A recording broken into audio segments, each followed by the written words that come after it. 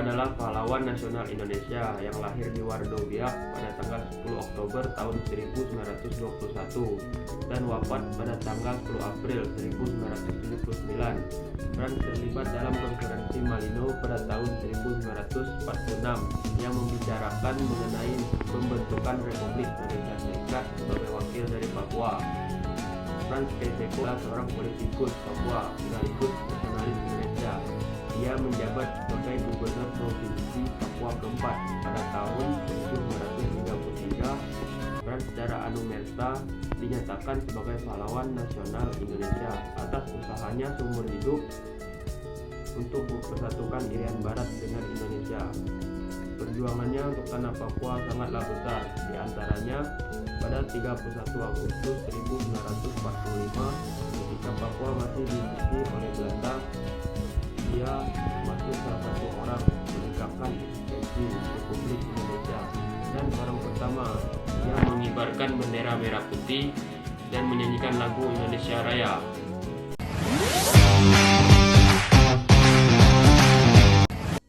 Silas Papare itu lahir 1918 sampai wafat 1978 adalah seorang pahlawan nasional Indonesia dari Papua yang dikenal atas perjuangannya mengintegrasikan Papua Barat ke dalam wilayah Indonesia.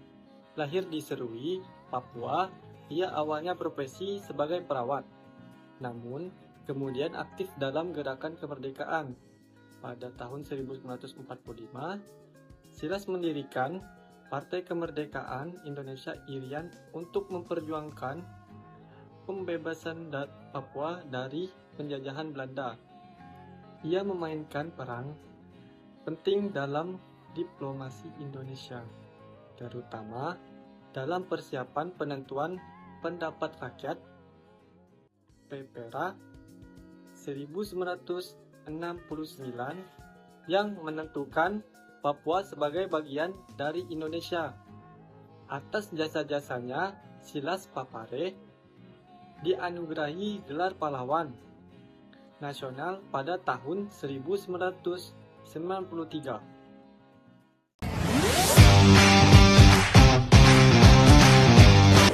Ida Anak Agung Gede Agung adalah mantan Perdana Menteri Negara Indonesia Timur yang lahir pada tanggal 24 Juli 1921 di Kabupaten Gianyar, Bali, dan wafat pada tanggal 22 April 1999. Ida Anak Agung Gede adalah ahli sejarah dan tokoh politik Indonesia.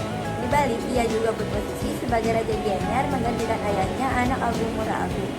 Peran Ida Anak Agung Gede Agung di dunia politik dimulai di Negara Indonesia Timur atau NIT. Awalnya ia menjadi Menteri Dalam Negeri, lalu sebagai Perdana Menteri pada Desember 1947 sampai Desember 1949. Pada Januari 1948, Anak Agung melaksanakan pertemuan dengan Perdana Menteri Republik Indonesia Amir Syarifuddin untuk bersama-sama mencari solusi terkait masalah nasionalisme Indonesia. Berdasarkan pertemuan itu, pada 19 Januari 1948, pemerintahan Republik Indonesia mengaku adanya Negara Indonesia Timur atau NIT. Pada Februari 1948, NIT mengirim misi parlementer ke Yogyakarta. Politik yang dilakukan Anak Agung ini dikenal sebagai politik sintesis. Ia menentang keras keinginan Belanda untuk membentuk pemerintahan federal.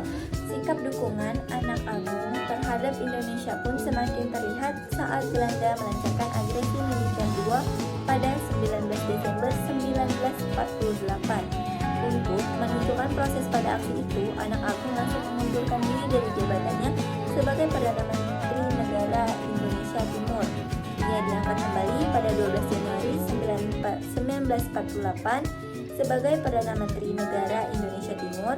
Pada awal Februari 1949, Anak Agung memimpin delegasi BFO atau Pertemuan Musyawarah Federal ke Bangka untuk melakukan pembicaraan dengan pemimpin Republik Indonesia yang ditawan Belanda. Sebulan setelahnya, BFO menuntut agar Belanda segera menghentikan aksi agresi militernya dan membebaskan para pemimpin Republik Indonesia. Untuk menyamakan pendapat antara Republik Indonesia dengan BFO dalam menghadapi Belanda, Anak Agung memprakarsai diadakannya konferensi antar Indonesia. Konferensi ini berlangsung 2 kali, yaitu di Jogja pada 19 sampai 22 Juli dan di Jakarta pada 30 Juli hingga 2 Agustus.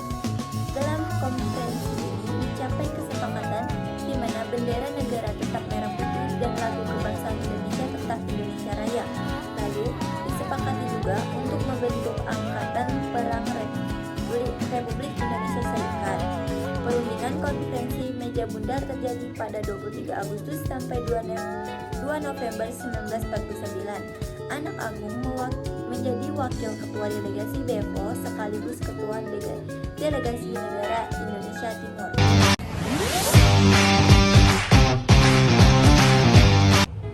Sri Sultan Hamengkubuwono IX adalah Sultan Yogyakarta ke-9 dan Gubernur Daerah Istimewa Yogyakarta yang pertama.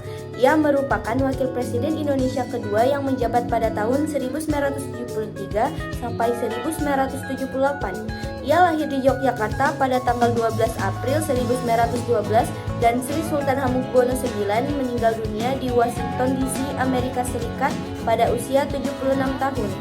Ketika proklamasi kemerdekaan Indonesia pada 17 Agustus 1945, beliau turut berperan dalam membangun dukungan dari wilayah Yogyakarta dan sekitarnya. Salah satu momen penting dalam peran Sultan Hamengkubuwono IX dan mempertahankan kemerdekaan adalah ketika Belanda mencoba untuk merebut kembali wilayah Indonesia setelah Perang Dunia II pada tahun 1948, tepatnya ketika agresi militer 1, Belanda mencoba merebut Yogyakarta dan mengendalikan pemerintahan. Sri Sultan Hamengkubuwono IX bergerak melawan bersama rakyat Yogyakarta. Beliau melakukan perlawanan melalui strategi perang gerilya. Melalui kepemimpinan dan komitmen beliau, Indonesia dapat melewati berbagai tantangan dan mempertahankan kemerdekaan. Sri Sultan Hamengkubuwono IX tetap menjadi inspirasi bagi generasi Indonesia saat ini dan masa depan untuk terus menghargai serta menjaga keberagaman dan persatuan dalam membangun bangsa yang lebih baik.